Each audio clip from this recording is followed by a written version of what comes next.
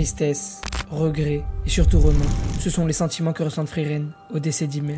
Elle réalise l'importance des relations qu'elle a tissées avec ses compagnons. Durant 10 ans, elle a voyagé avec eux, sans jamais vraiment apprendre à les connaître. Et Frieren est une elfe qui vit des millénaires, mais pourtant, ce court périple de 10 ans a tout chamboulé en elle.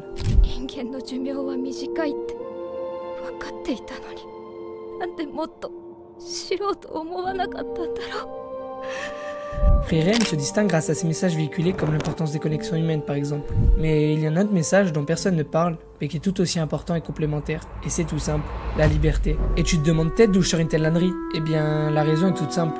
Dans un animé où nos héros partent à l'aventure, on l'oublie vite. Mais c'est avant tout une quête de liberté qui les anime.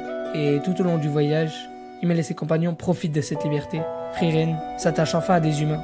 Mais cette connexion va paradoxalement lui gâcher sa liberté. L'elfe est un être extrêmement libre qui ne se lie qu'à très peu de personnes, et encore moins à des humains aussi éphémères. Frieren a pour habitude de ne pas se soucier des humains qui disparaissent au fur et à mesure de sa vie. Elle fait sa vie et se promène librement dans le monde qui l'entoure, car une elfe, ça vit très longtemps, peut faire le tour du monde plusieurs fois, rencontrer un nombre de personnes incalculable, réaliser plusieurs de ses rêves les plus fous. Bref, elle peut faire les 400 coups. Et au début, après avoir battu le roi des démons, Frieren dit au revoir à ses compagnons pour aller continuer sa collection de sorts. On la voit se balader pendant 50 ans à travers le monde, à la recherche de sorts. On ressent à travers ce court extrait toute la liberté qui s'offre à Frieren. Et en vivant aussi longtemps, elle a le luxe de faire presque tout ce qu'elle souhaite. Et pour que tu comprennes, je vais te poser une question. As-tu de grands rêves ou de grands objectifs que tu penses inatteignables, ou que tu penses ne pouvoir réaliser qu'avec une grosse partie de ta vie? Si oui, ce qui doit probablement être le cas, imagine que tu as le luxe de pouvoir prendre ton temps pour pouvoir les réaliser. Et même d'en réaliser des tonnes des rêves aussi grands. Ça fait rêver, pas vrai? Eh bien, Frieren, elle le peut. Elle est libre de réaliser tous les rêves qu'elle souhaite. Si un jour elle se lève avec l'envie de faire le tour du monde, rien ne lui en empêche. Les elfes n'ont pas les mêmes problèmes que nous. En gros, une liberté absolue. Et pour mieux t'illustrer ça, il faut que je te présente Milliard. C'est une elfe qui est apparue pour la première fois dans l'œuvre, au chapitre 69. C'est une elfe qui a créé un faux mythe sur un alcool soi-disant légendaire. Elle a fait croire que c'était l'alcool le plus délicieux, alors qu'en fait, c'était un simple alcool. Même, il était mauvais. Et ce mythe aura piégé durant une grosse partie de sa vie le pauvre Fass, un nain fan d'alcool. Et vous savez pourquoi elle a fait ça? Elle a créé ce mythe car elle s'ennuyait. Et Frieren lui demande pourquoi elle adore perdre du temps aussi inutilement. Et Milliard lui répond que chaque elfe a un objectif pour s'animer dans sa longue vie, comme on a pu le voir. Et elle dit à Frieren que si elle ne trouve pas d'objectif, elle deviendra comme elle. Et si je t'ai parlé de cet extrait, c'est pour te montrer à quel point l'elfe peut être libre de faire des choses improbables et tout simplement libre de ne rien faire. Et directement, on se dit que l'elfe est l'être le plus libre du monde. Il peut faire ce qu'il veut, où il veut, et surtout quand il veut. Eh bien, c'est beaucoup plus complexe que ça en a l'air. Et on pourrait même se dire le contraire si on réfléchit au cas de Frieren. Car paradoxalement à ce qu'on a dit, Frieren ne sera jamais libre. Chaque humain auquel Frieren va s'attacher n'est qu'éphémère. Elle va se retrouver seule à chaque décès de ses amis, dans un cycle de solitude qui va lui gâcher sa liberté. Après le décès de Flamme, Frieren reste seule pendant un millénaire, à errer dans une forêt. Mais était-elle vraiment libre durant ce millénaire?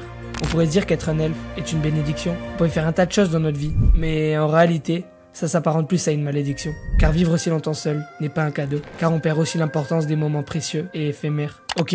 Imagine, tu peux vivre plusieurs milliers d'années et un jour, tu t'attaches à des amis humains. Tu passes les meilleurs moments de ta vie avec eux.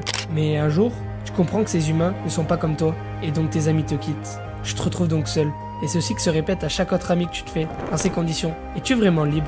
Et pour ce cas général, ça serait normal de se dire tout simplement de se faire des amis elfes. Et le problème est résolu. Sauf que pour le cas de Frieren, c'est plus compliqué que ça. Car dans son univers, les elfes se font rares à cause des démons. Et le village de Frieren s'est fait ravager par des démons.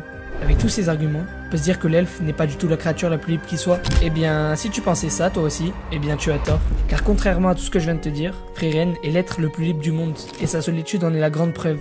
Sa solitude lui permet d'aller où elle veut et quand elle veut. Et sa solitude nous coupe de toute attente sociale et donc nous rend plus libres que jamais. Tu dois sûrement être perdu, mais ne t'inquiète pas, je vais te simplifier tout ça. D'abord, ce qui paraît logique, c'est que l'elfe est l'être le plus libre du monde, de par son espérance de vie qui dépasse l'entendement. Mais on a vu qu'en fait, c'est pas si simple. Car vivre si longtemps cause de la solitude chez les elfes. Cependant, avec un peu plus de réflexion, cette solitude n'est pas vraiment un frein à la liberté, mais plutôt l'inverse. Sa solitude n'est finalement pas une malédiction, mais plutôt une des clés de sa liberté. Là où les humains sont prisonniers de leur courte vie et des attentes de leurs semblables, Frieren n'a pas ses contraintes. Son détachement des normes sociales, son indifférence au jugement d'autrui, sa capacité à vivre selon ses propres règles, tout cela témoigne d'une liberté rare que peu peuvent comprendre. Pourtant, cette liberté est à double tranchant. Elle lui permet de poursuivre sa quête de connaissances magiques sans entrave, mais crée aussi une distance avec le monde qui l'entoure. Frieren nous montre que la liberté ultime exige parfois des sacrifices, ce qui nous invite à bien réfléchir. Et toute cette réflexion nous pousse à faire un choix crucial. Veut-on vraiment la liberté absolue au prix de ses relations sociales, ou veut-on plutôt privilégier les relations sociales mais perdre un peu de liberté? Eh bien la réponse à ce dilemme crucial, Frieren nous l'apporte sur un plateau. Frieren a choisi les relations sociales plutôt que sa liberté absolue, et ses deux disciples en sont la preuve. Stark et Fern sont le fruit de ses promesses à ses amis. Frieren a donc choisi de continuer de s'attacher aux humains qui l'entourent, malgré la réalité qu'elle connaît si bien. Et au fur et à mesure de l'intrigue, on voit vraiment Frieren évoluer, mais pas grâce à sa solitude, mais bien grâce à ses fameuses relations, qui sont à double tranchant pour elle. Cette œuvre nous a finalement pas que appris l'importance des relations, mais aussi d'autres messages tout aussi importants, comme la liberté. Et cette liberté n'est pas si simple à comprendre, et elle peut faire converger les points de vue. Peut-être que tu penses que Frieren doit rester seule pour ne pas revivre la même chose qu'avec Himmel. Peut-être que tu penses qu'elle doit continuer malgré tout à s'attacher. Eh bien, la réponse à cette question est personnelle. Et toi, tu choisirais quoi? Relation sociale ou liberté absolue?